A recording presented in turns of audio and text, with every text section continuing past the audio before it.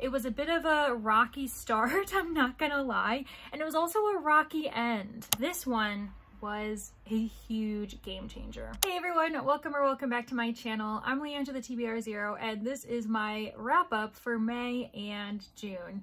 I read so many books in June, and I know you're probably wondering, why, Leandra? Are you combining it with May? Well, I didn't do a wrap up in May. And also, I kind of decided to do 2-month wrap ups because these are the videos I dread the most. I love talking about my books. I love discussing the ones that I hate just as much as I love talking about the ones that I love, but it's also really taxing and always takes so long. So I've been trying to kind of figure out what works best for me, and I think the 2-month wrap up does work best. I did this for March and April and it really worked out. For that one, I ended up formatting it into a superlatives wrap up and it was really fun. I really enjoyed the process, but now there are just so many books to actually talk about that superlatives wouldn't even really cover them, on top of the fact that I really wanted this video to count as a wrap up, but also my tell-all for Team Spooky as their ghost leader, one of their ghost leaders, during the amazing Readathon hosted by Bree from 4 Paws in a Book, and basically just kind of let you all in on the team secrets that we were all keeping very close to our chests and revealing some of my own highs and lows. So speaking of highs and lows, this is gonna be designed in that fashion. So I will list as many books as I can, but what I'm mostly gonna talk about are the books that impacted me the most, either in a good way or in a bad way. So welcome to this wrap up, and I am ready to get started. So let's talk about May first. In May, I actually ended up having an okay month. It was a bit of a rocky start, I'm not gonna lie, and it was also a rocky end. Some of you may know exactly what books I'm talking about as far as how I started the month and how I ended the month, but I am getting ahead of myself. So when it comes to my May statistics, I ended up having a pretty run-of-the-mill group of books. I totaled 15 books in the month of May, and actually that was my 3rd highest, or like 2nd to last lowest. So it was right in the middle of the pack as far as even the number of books I was consuming that month. I am actually really happy that I didn't read as many as past months. The 2 months before, I had read 19 in March and 21 in April. And I was like, Leandra, you cannot be like having these numbers going right into the amazing Readathon when you know that you're gonna be reading the most you've ever read before. So I'm really glad that I read only 15 books in comparison to what I was shelling out in the months just before it. And all of them ended up being adult books, which I was really surprised. Every other month prior to that in 2024, I read at least 1 book in a different category for age. So like a middle grade book or a YA, but this one I read all 15 books as adult books. And I definitely changed that reading habit in June, but you know, stay tuned. So for May, my average rating ended up being a 3.4, and that's the lowest, including compared to my June reads. So that was kind of sad to see. Typically, my goal is a 4-star rating average if possible, because that says to me that I'm DNFing the right books and that I'm selecting the right books to complete, saying that they should be 3, 4s, and 5s. I actually hate it whenever I finish a book that's 2 or 1, unless I think that my opinions would be really valuable and beneficial to the book being discussed, either because it's got problematic content or not enough people are saying that they don't like it, and that's inflating the book's ratings overall. So there are various reasons why I might push through and not DNF a book, or I'll be surprised that by the end of the book I actually hate it. So there are various reasons why, but honestly, the ideal situation, the perfect world, would be having a 4-star average rating, and really I haven't hit that since February. January and February I had 4-star rating and a 3.9 average rating, and after that I've just kind of slowly declined.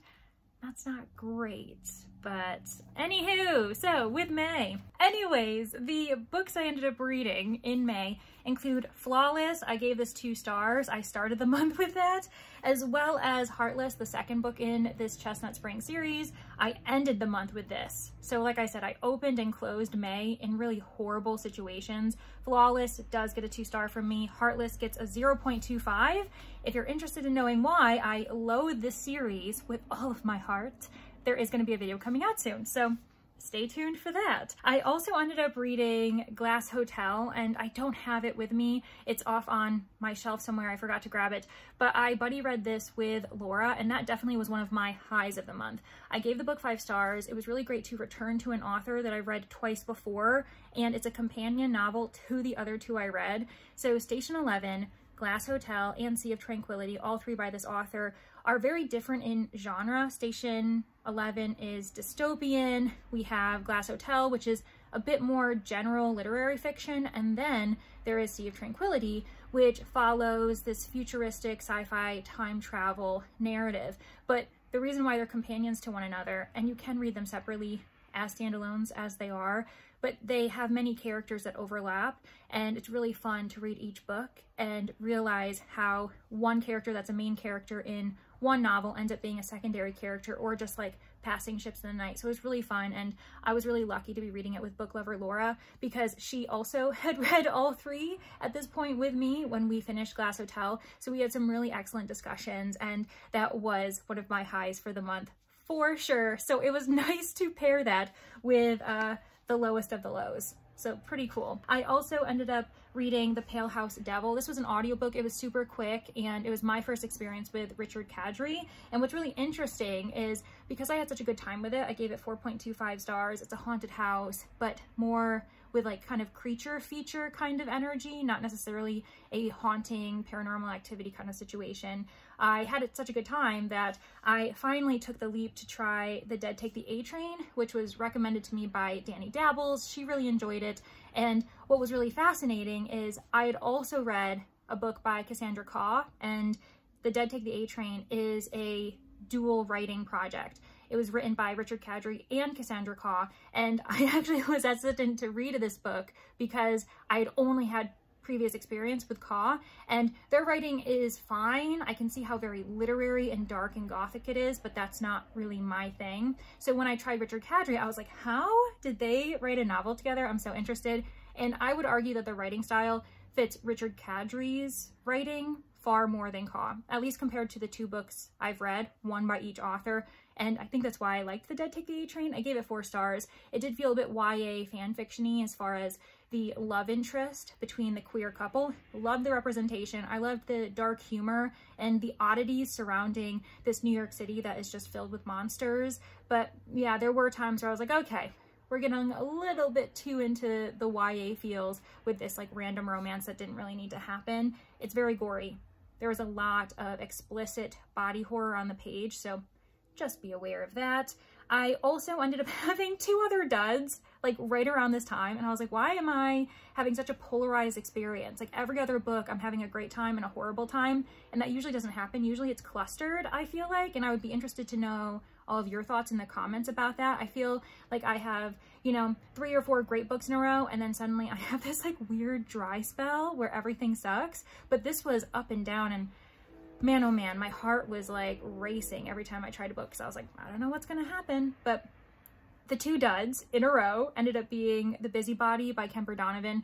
This was actually probably one of my most disappointing reads because I expected to really appreciate it. The reason why this is disappointing is because I know of Kemper Donovan in a professional environment, I suppose. As someone who works for She Done It podcast, I know of the All About Agatha podcast, and Kemper Donovan was one of the original hosts. He's still hosting it, and so I kind of had high hopes, and I was really disappointed to see the fat phobia and the objectification of this one man character, and I was like, what are we doing?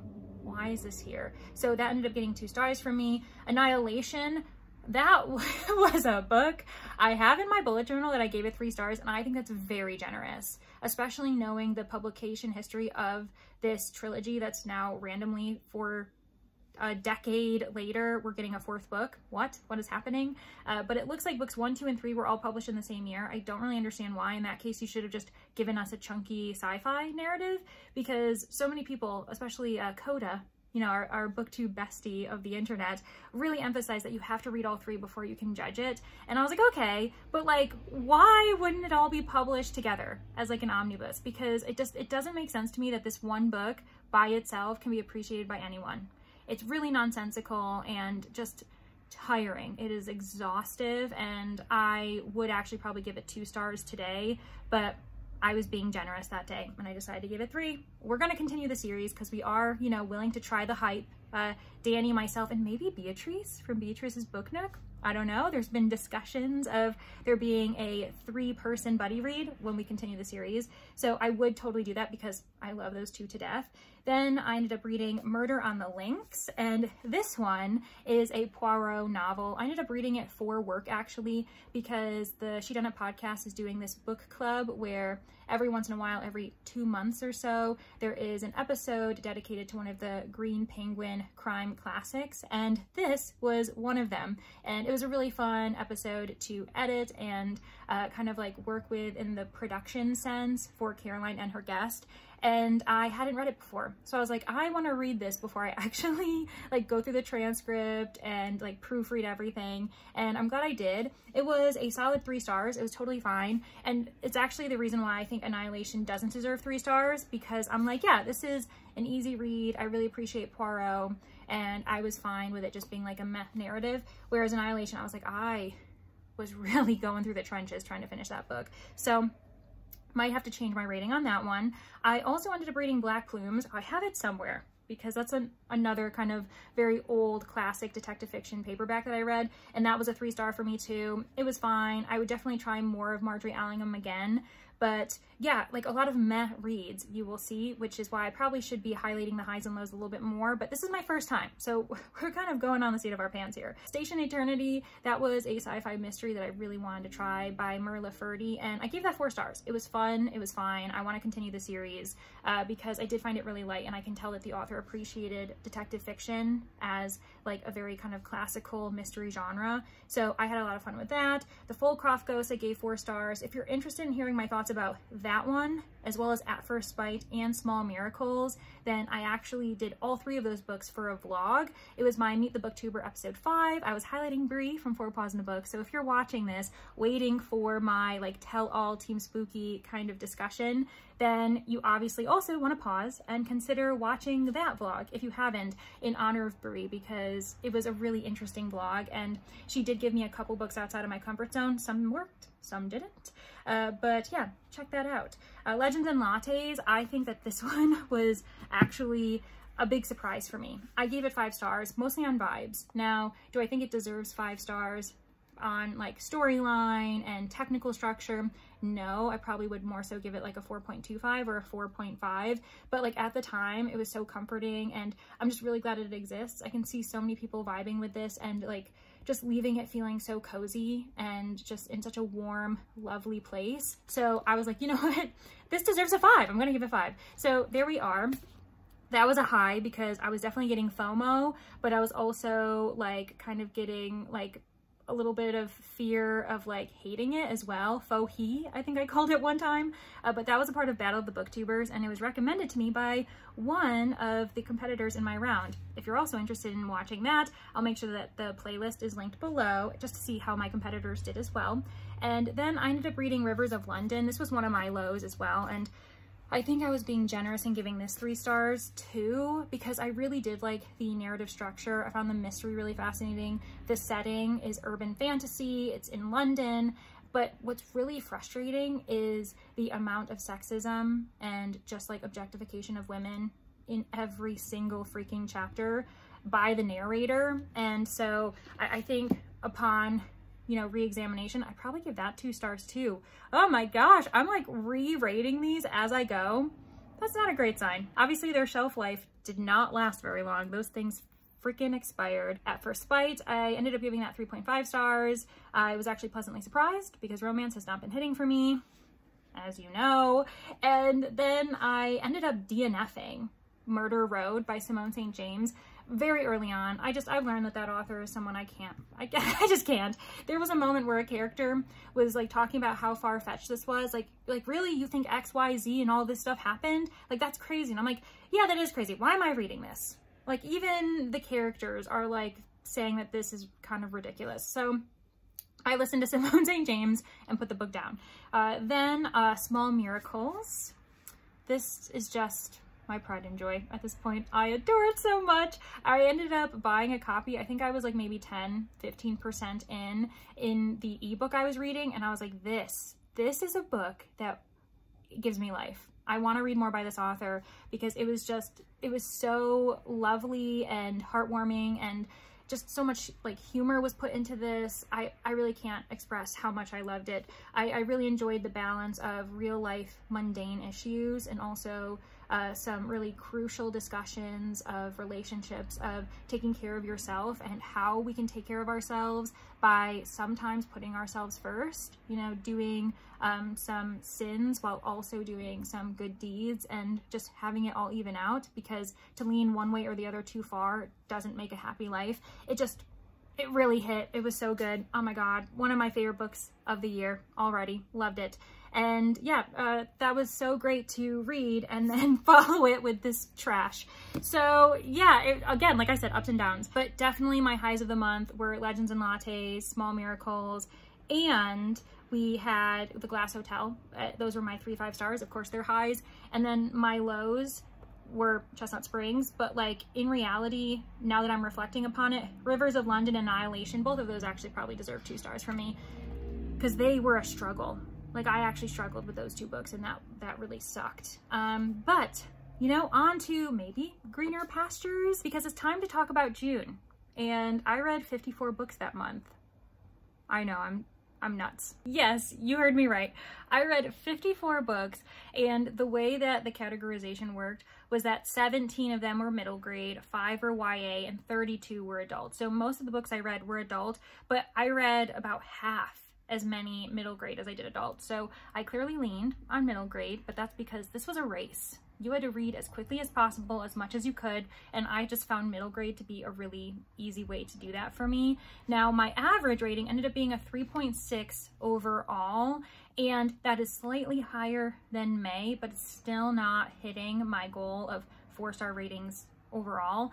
And I do think that speaks to the fact that there's a happy middle of the number of books you are, you know, putting out there, that you are completing, because if you read too many, then you're also opening the door to a lot more of like meh, horrible reads. You're taking more chances. It means you're not DNFing enough, to be completely honest. And I only DNF'd 2 books in June, and I know looking back, I should have DNF'd way more, but we live and we learn. And don't worry, I'm back in my DNF era. Just starting July, the first 2 books I picked up, I've already DNF'd them. So yeah. Life is great in that kind of reading slump post Amazing Readathon world. It's fine. I definitely regret not DNFing enough. And also, of course, there's the opposite side of the spectrum where you don't read enough. And so a bad rating is really, really actually weighed more than if you read a million books. So I think that I'm still kind of trying to find that happy medium of what number works best for me, where I can still appreciate the books and also make sure I'm picking wisely. Yeah, so 54 books, it's a lot. Now, of course, that's thanks to the fact that I had face-off weekend and also sightseeing. So I had 10 travel books. I ended up reading 23 books in face-off alone.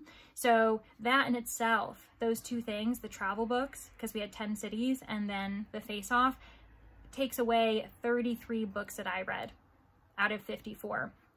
So doing math, that means that I ended up reading 21 books as sightseeing prompts. My goal was 25, and I'm kind of sad I wasn't able to hit it because I was so close, but also, man, oh man, I was tired in the end. So as you can see, with discussing June, we are getting into the fact that I'm gonna start giving away some of my Team Spooky spoilers. So yeah, keep that in mind as I move forward. But what I'm gonna do to talk about June, I'm not gonna talk about all 54 books. I mean, I refuse. I actually refuse to do that. So if you came here to hear about all 54, I'm sorry, I'm not your girl. So I'm going to talk about my 10 travel books, and I'm also going to reveal as I do that the place that we got per city, and then what rewards and punishments we may or may not have received throughout the competition. So to start off, I ended up reading The Passengers by John Mars as my first book for Toronto, and this was because we had to read a book that we didn't purchase, and I actually saw this as being one of the few open-ended prompts that really worked for me, where I had a lot of titles at my disposal, and I really wanted to ensure that at some point throughout the competition I was reading a book that was one of the host favorites for my Ghost Leader Books with Lexi. I really wanted to read one of her books so I could get like a handle of her taste, and John Marr's The Passengers worked, and I was intrigued, especially because it was a genre blend, which we all know I love, specifically a sci-fi thriller, and I did find it really fascinating. It ended up being one of the big surprises for me because I know a few friends who actually aren't that big of fans of John Marr's, so I was a little bit nervous, I'm not gonna lie, but I really appreciated the commentary on AI, on automatic driving cars, self-driving cars, and just the tension as these characters were being propelled, forced towards a conclusion that they really didn't have any control over, and also judgment on how our government works in relation to corporations, how they actually don't regulate them enough and they're in their pockets, and just the discussion of corruption and self-interest before the better of the greater public is just, it was really fascinating. I ended up giving it a 3.75 mainly because it just kind of ended up ending on a weak note for me. I wasn't as satisfied with the ending as I would have liked. There were some great surprises that I appreciated, but then there were others that leaned on certain reveal tropes that we see a lot in thriller genre in general, and those really annoy me. I find them to be overused and kind of lazy writing on the author, and I can't tell you what any of them are because it would be spoiler territory, but I'm just a bit more sensitive, and that's why I tend to avoid thrillers in general when I can. So I will say I was pleasantly surprised, but also not as surprised as I wish I could have been, because yeah, the thriller genre just doesn't hit, for me at least, as I know it does for other people in the community. Now, we ended up getting placed in 2nd to 4th. The way Bree handled this was that she told you if you got in 1st, she told you got in 5th, but if you were somewhere in the middle, 2nd, 3rd, or 4th, she just kind of told you, basically, you didn't lose, you didn't win. There we are. And so that was our first experience with Toronto. And then we ended up continuing on to Buenos Aires. So for Buenos Aires, we had to read 2 POVs exactly. And this was really tough for me. I think this is one of the genres that was especially hard for Team Spooky if you wanted to include your genre as a bonus for your book. And I ended up just giving up. I had the goal of reading 10 books that fit the spooky genre, and I didn't. It's fine, but I did end up reading Powerless, Elsie Silver. And as you know from my experience in May, the reason why I was reading this was because I was participating in Chestnut Springs Along. This kind of was the axe to my neck here. I am officially not reading anymore by this author, and I refuse. Like, this author, if I saw her on the street, oh my gosh, would I have a mouthful for her. But this was horrible. I also gave it 0.25 stars. So definitely my low in the entire competition. I ended up having really positive travel books for the most part. This one alone was horrible. It is Cousins to Lovers smut. That's what it is. That is what it is. It is marketed as Friends to Lovers, but no, they're cousins. And again, a video's coming out. You all just need to wait for it. Now, to add insult to injury, in Buenos Aires, when we departed from there, we were told that Team Spooky got last. And oh my gosh, that really hurt, especially after I had the freaking shit show that Powerless was. Because not only did I have the worst book to ever exist, I also ended up having a last place finish with my Team Spooky members, and that means we ended up getting a punishment in the next round. And I think around this time it was also revealed that Team Spooky was 4th in the competition, so I was like, oh my gosh, we could get last. Like, we are not doing great, but that also possibly led us to look like the underdogs. No one was really anticipating us to be tough competition. So I was kind of like, okay, if we can turn things around, this might work for us. But we had to go into Berlin with a prompt and an additional prompt because we got last. And so the original prompt was movement in the title, and our punishment prompt was a friend recommendation. I think that Bree probably gave us this because movement in the title in itself was a really tough prompt for a lot of people. So many people across all the teams were asking so many questions, wondering if a book would fit. So to add the fact that we had another prompt, I don't know, I'm not in Bree's head, but I felt like it could have been worse. We could have had a harder punishment. And so, you know what, it was fine, but I did have to scramble because there were no books that I planned on reading that actually counted for this. So I ended up reading The Appearing House by Ali Melanenko. I had read a book previously within this month for sightseeing, Ghost Girl. I liked it. I gave it 4 stars. So I was like, okay, this is an author that I can lean on. It's a middle grade horror. Not only would I get spooky points because it's horror, but Ali Melanenko is a queer author. So I was like, okay, at least I could get some additional bonus points in this kind of situation. And I ended up giving this 3.5 stars. Yeah, I gave it 3.5 stars. It was fine. I didn't like it as much as Ghost Girl, and I can definitely see myself recommending it to others, especially because it has some really important rep, because the main character, she's in remission. She had cancer, and she's kind of going through these stages of still feeling fear every day, of wondering if the cancer is going to come back, and how it puts stress on herself, on her mother, and just everyone in general. Whenever she meets someone, she's not sure if she should tell them that this has happened to her in her past. And I did find that really interesting, especially because Ali Melanenko in her author's note explains how this actually speaks to her own personal life. And so yeah, I gave it 3.5 stars, and I can't wait to recommend it to other people. And for Berlin, I recall being very nervous, and I don't know if my fellow Team Spooky members could tell, but I was trying to rally the troops as much as possible, being like, read, read, read, especially because us hosts knew that this leg was going to be a short one. We were warned ahead of time, mainly because for certain prompts, we wanted to be prepared in case people would have questions. We knew what the rules were. We would know what would count and what wouldn't. Bree basically didn't want us to, like, you know, have us like thrown to the wolves and fend for ourselves, which we all really appreciated. And so we knew pretty early on that Berlin was going to be short, and I was like, oh my gosh, Team Spooky doesn't know, especially because our team, among others, were setting up huge buddy reads, like buddy reads for these chunky books. We were doing, I think, Into the Drowning Deep, a host favorite by Bree, and I was like, guys, why'd you choose this? But I couldn't say anything. And so I remember just being like, everyone, come on, we need to do this. And I think I ended up kind of like fudging the truth a little bit for why I was so panicked. I ended up posting in the Discord saying, hey everyone, okay, we're just coming off of a huge, like, long leg. I think it was like 5 days. And also the detour has already been posted, meaning that it's gonna probably drop soon. You need to submit. Just trying to convince everyone that I didn't already know that it was gonna drop. And so we ended up getting first. Apparently it worked, and we ended up coming from a 5th place last position in the last leg to a 1st place win. And oh my gosh, the relief and the shock. Lexi and I were so surprised, but we were really excited because that also means that after a punishment, we were getting a reward, and that reward ended up being a salvage pass. So if we ever got last again, we could basically ignore whatever that additional punishment prompt was. So that was actually kind of a comfort to keep in our back pocket, but it was also a reward that you kind of hope you never have to use. You know, like, it's good to have it as a safety net, but if we use it, if we end up having to, that means we got last again. So it was one of those situations where we're kind of like, okay, well, let's hope we don't have to use it. So we then went into Paris, and that one was an award-winning book. I ended up reading Magpie Murders by Anthony Horowitz, and this was definitely one of my highs, mainly because I got to buddy read it with a new friend, Shayna. She's also one of my patrons at the Manor, and when she saw I was reading this, she was like, aha, well, I'm gonna read it too. And we're like, why don't we just read it together?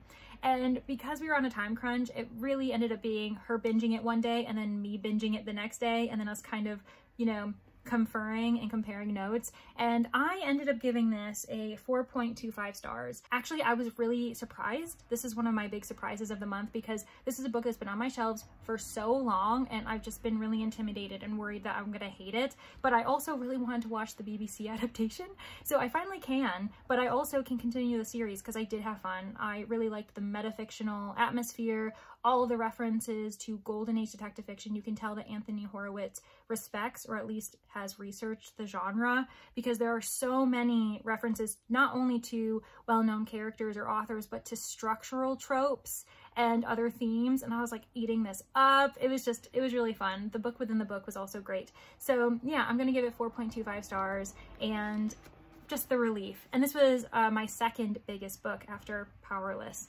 So I'm also pretty proud. I read 2 books that were almost 500 pages. Who am I? Like, oh my gosh. This also started a trend of reading only books on my shelves for travel books. So I think there was only one other book in the next handful of travel books I had that had to be from the library, but everything else ended up being a backlist TBR book, a recently purchased book, or an ARC. And so leaving Paris, we ended up getting first again. So Team Spooky got first twice in a row, and I I'm so proud. I'm so proud of the comeback that Team Spooky did because, again, we were shocked. I was so surprised that we ended up getting first for Paris, and that means we got a second reward. And this one was a huge game changer. I really don't think anyone had any idea that Team Spooky received this advantage, and I'm really proud that we were able to keep it a secret for so long because it honestly changed the results. We ended up receiving an 8-hour head start for face-off weekend. So every other team ended up starting at 12 p.m. Eastern time. Meanwhile, Team Spooky got to start at 4 a.m. Eastern time. And that gave us a huge advantage specifically for those of us who were in Europe or Oceania because they were having just like a normal day. Whereas like us in Eastern time, we were kind of like, well, we're asleep already, so it's fine. But when I woke up at 8 a.m., I started reading and we actually ended up earning our first item before the face-off even started. We got our first item at like 8:30 a.m. my time, so everyone else was waiting for like another 3.5 hours to even start, and we got our second item an hour after face-off officially started. So we ended up having like 2 items before anyone even really probably got one, and I just, oh my gosh, it totally changed the game because at the end of the 48-hour period, it was revealed that Team Spooky tied with Fantasy for first place. And so that means if we hadn't had that 8-hour start, we wouldn't have ended up tying. And that means we wouldn't have gotten the 500 GRC bonus. So just consider that for a second. That is crazy. Meanwhile, though, the face-off ended up kind of making me fall behind. I was too distracted by it. So when the next city was revealed, I ended up kind of like falling behind. But the city that we were in while we were on face-off was Cape Town. And the book I fell behind with was Chasing the Boogeyman. This was a purchase actually in anticipation of the Amazing Readathon because I wanted a few kind of fresh books to kind of get excited for this big readathon. And I'm not someone who buys books too often, like randomly, but I don't know, it gravitated toward me. I thought it was really fascinating that it was metafictional, where half of it was based off of Richard Chizmar's life, and Richard Chizmar put himself in the narrative. He's the main character, his like 22-year-old self, and you're just like following him speaking in the first person, and so it gives us that true crime feel. But the serial killings that he's following didn't actually happen in his hometown, so I really respected the experimentation within these pages, and so I gave it 4 stars, and I would definitely reread it. There is also Becoming the Boogeyman, which is the second book, I guess, in the series. I didn't realize it was going to become a series, so I'm intrigued by that, and I may have to try it. So yes, I did fall behind one time during this race, but it's fine. My teammates ended up continuing on, and so when it was announced that we were leaving Cape Town, we learned that our team was once again somewhere in the middle. We got 2nd to 4th place. We weren't really sure where we were at, but we were at least comfortable in knowing we didn't get last place. But for the next city, Antananarivo, we had to read a book that followed religion or gods in some form, either like a setting, a theme, a character's profession. And I originally started off with A Psalm for the Wild Built. It was a reread and also a host favorite by Brittany. And I then also started Diavola at the same time. This is another purchased book that I just bought in anticipation of the Amazing Readathon. A friend of mine absolutely adored it at the library. She gave it 5 stars and she really recommended it to me. And I was like, you know what? I'm going to trust her and I'm going to buy this book. And I'm so glad I did because I ended up giving it 5 stars. It is such a fun, atmospheric, haunted house, specifically set in a villa in Italy, and I really appreciated that. I thought that the family dynamic was very realistic. The microaggressions, the tension that these characters felt as they were kind of like being chess pieces moved around the board, and our main character was very honestly relatable in like certain ways that just like can definitely hit people in the wrong way though. So be aware of those content warnings. Be aware if you're okay with reading, say, like toxic family dynamics or just relationships in general. It can be platonic, romantic. I think that it can actually be like very translatable depending on what you've experienced in your life. And I really, really enjoyed it. And the ending was really satisfying. So yeah, this one ended up being another big surprise. I was hoping it was going to be great, but I wasn't sure. And so this was like a relief 5 stars, especially because I had never had a 5-star for a travel book yet. I'd had 5 stars for sightseeing, but I was I was worried I wasn't going to get a 5-star for a travel book, and that would have really, really sucked. And in Antananarivo, we ended up getting 2nd to 4th place again. So again, somewhere in the middle of the pack, but we continued on to Seoul, and that one ended up being a bit of a controversial prompt because you had to read something with a light source, and it had to be a visible light source. You couldn't just see some kind of vague light shining from a window. You had to see the lamp it was coming from, and also that light source didn't actually have to be on. Like, it could have been a lighthouse that was off during the day. But for me, I ended up definitely towing the line of maybe not really following the prompt as I should. And that's because I ended up reading Against the Darkness by Kendare Blake. This was an anticipated read for me. I pre-ordered it, and it came a few months ago when it was published, and I never really found myself gravitating towards it, and I was really worried. I think I was having a bit of fear of the final book in the series, wondering if it was going to culminate in this great finale or if it was going to be a disappointment. And the reason why it's controversial is because I'm using the moon as my light source, and a few people were kind of debating in whether it should count, because technically the light that shines from the moon is the light from the sun that's reflected on the moon. But like, we kind of decided in the end that if you're walking at night and there's no other light around, your light source is the moon. And I'm so glad that I ended up just kind of like deciding to be a bit of a rebel and read this, because I gave it 5 stars, and that means that in this series I gave every single book 5 stars. Like, it's a perfect series. It's a perfect series. I love it. I actually don't even need any more books in the series. Kendare Blake, if you're watching this, do not give me a 4th book. I actually really beg you to put the pen down if you're starting to write it, because this was perfect. I don't need anything else. It was great. I loved it. For those of you who want to know what it's about, though, this is the 3rd book in the In Every Generation series, basically a Buffy 2.0. It follows the Red Witch, Willow's daughter, who is a Slayer witch, and she's a hybrid for kind of these strange circumstances. There was this explosion at a Slayer convention, and everyone's assuming that all of the Slayers are dead, hence why we have the awakening of Frankie, the witch, who has to also juggle becoming a Slayer, and they go through various adventures. There's a great Scooby gang involved, and you see this really interesting changing of the guard, because there's a handful of like classic characters from the Buffy franchise, and then this new generation of characters, and just the humor spot on. You can tell that Kendare Blake really enjoys the franchise and leaned into the humor, the metafictional kind of atmosphere of it, and it was perfect. What can I say? It was perfect. And yet again, we ended up getting placed 2nd to 4th. And Bangkok is kind of where my next low came in. It was a combination of the travel book and the sightseeing book that I had to read for it, because I was coming off of a high, 2 5 stars in a row for travel books. Like, I was on top of the world. And what I ended up having to read for Bangkok was a book with 5 distinctive colors on the cover. And I was already almost halfway through The Rachel Incident by Carolyn O'Donoghue, and it didn't work for me. I ended up giving it 3 stars. It was fine. It was actually not even the worst book that I read. For the vlog I did it for, unfortunately, I had my Meet the Booktuber episode 6 featuring Aoife from Pretty Purple Polka Dots. Honestly, one of the loveliest people on the internet, and it just didn't work for me. I think we just learned that she and I have very different genre tastes and personalities as far as like what kind of characters and story arcs we gravitate towards. And so that was kind of disappointing to have a 3 star. And no, it's not my worst travel book of the month, obviously, but it was kind of sad to follow 2 5 stars for that.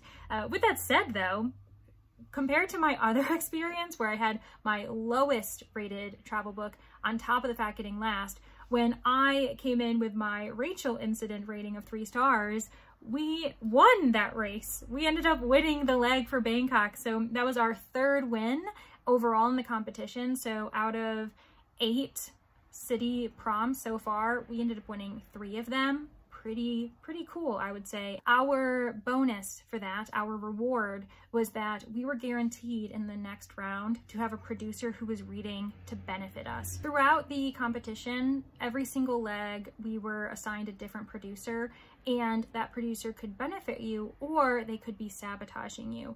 And no one knew, except for Bree, if that person was gonna help or hurt you. And so going into leg 9, it was really nice. It was a comfort to learn that our producer, Shay, was actually gonna be reading to benefit us.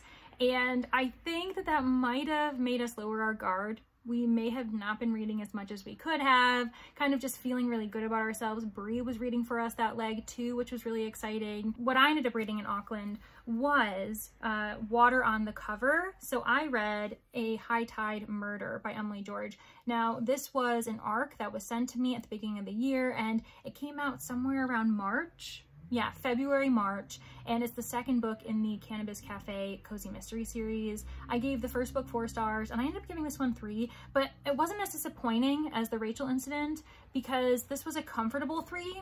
Like, it was a fun time. I got what I wanted out of it, whereas the Rachel incident, it got a 3 because I felt like it was lacking something. Like, I wanted more from it. So that's kind of interesting. The 3-star is a very versatile rating. That can mean so many different things. But yeah, this one wasn't a disappointment. Also, I guess I was following another 3-star, so maybe I just kind of was comfortable with it at this point. But yeah, it was really fun. It followed a surfing competition. Our main character, she is the owner of a cannabis cafe, and I really actually like it when our cozy mysteries kind of go outside of the box and lean into more progressive, liberal, and just modern day references compared to the very traditional conservative cozy mystery that many of us are more aware of. And so, as you probably expected, when I was saying that we may have, you know, been too easy and chill for leg 9, we didn't end up winning, even though we got this really great advantage. We were between 2nd and 4th again. So, like, overall, we were just a middle of the pack kind of team because we won 3 times throughout these first 9 legs. We got last only 1 time, which I'm very, very proud of. And that means 5 legs, we were just somewhere in the middle. So we never really knew where we were at. We were always like, I don't know, as long as we're not last, I guess we're okay. But we ended up going into our final city, which was Los Angeles. And this was actually a really lovely kind of closing of the circle because I think we received another very open-ended prompt. So really interesting that Bree started us off and then ended us on open-ended prompts. And this one was a book you want to see adapted. So I read The Last to Pie by Misha Pop. This was the 3rd book in the Pies Before Guys series, and as those of you who participated in this readathon may know, this was actually a series that was on my host favorites. I made Magic, Lies, and Deadly Pies, the first book, one of my host favorites. So I was really excited to finally be able to read this, and it actually worked out because with all of the GRC being used, this book, this final travel book, allowed me just enough GRC to take the boat because I was like, am I seriously gonna have to walk the final leg? Because throughout the competition, I was flying or taking the boat / train all the time. And I was like, that's gonna be a really kind of crappy way to end things if I'm just walking to Los Angeles from Auckland of all places. Like, what, I'm swimming? That's what I'm doing? I'm swimming to Los Angeles? The shark-infested waters? No thank you. But with The Last to Pie, I mean, honestly, no one's surprised. I still really enjoyed it. Now, my favorite of the series so far is book 2. I gave books 1 and 2 5 stars. This one I'm giving 4.25 because I didn't love it as much as the other 2, but I still really, really enjoy the series and I will continue to support the author. But it was a little bit disappointing to not have a 5-star when I, you know, had 2 5 stars before that. That ends up kind of wrapping up my experience with the amazing readathon. I definitely had some lows, some books that I really didn't like, including The Murder of Mr. Ma. That one got 2 stars. I ended up reading Strange Sally Diamond as a sightseeing prompt. That got 1 star. And I had a couple other 2 stars amongst my sightseeing and face off, but I can't remember them. And you know what, I guess good riddance. When it comes to points, my total points across all of the legs combined, and this includes detours, sightseeing, and travel books, ended up being 15,110 points. When it comes to the host favorites that I read, it's really interesting and not surprising that the host I read the most favorites from was Brittany from Brittany Loves Reading, the Sci Fi host. And that brings me to actually one last confession. So Team Sci Fi was supposed to be allies with Spooky, according to Brittany and me. No one else agreed upon this, but we actually were like, yes, Ghost in Space, we've got a brand, we're doing it. But when we had to vote for the U-turn, meaning that someone had to do a leg twice, specifically leg 6 for Religion and Gods, Team Spooky ended up dedicating both of their allotted votes to Team Sci Fi, and it was revealed that Team Sci Fi had to actually do the leg twice. And oh my gosh, I felt so bad, but I was vetoed. You know what? I wanted to go for Team Romance, to be completely honest, but It's fine, it's fine. So anyways, with Brittany, I read 3 of her host favorites. 2 of them were for Dinosaur Sanctuary volumes 1 and 2, but I also reread A Psalm for the Wild Built. I also ended up reading 1 host favorite from me, which was The Last of Pi, so I read that 3rd book in the series. I read a host favorite from Lexi, The Passengers, and then I read a host favorite by Aoife, The Rachel Incident. So I ended up reading 6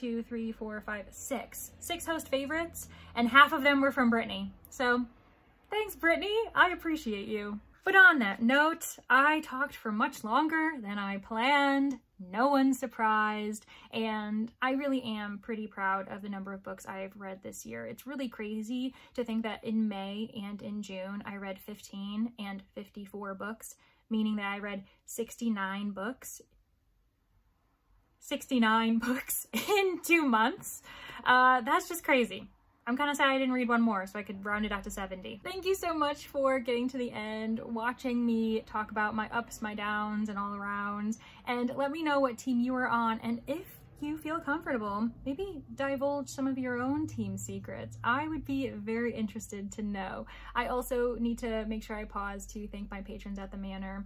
Those of you who are sleuths, witnesses, corpses, as well as suspects, you are all so much appreciated. And my sleuths and witnesses, I hope that you are packing some items, because we are heading off to Camp TBR-a-thon very soon this month, and honestly, you don't want to be without some of those items. They're pretty necessary. All right, thank you so much, everybody, and I really do hope to see you guys in the next one. Happy reading this July. Bye!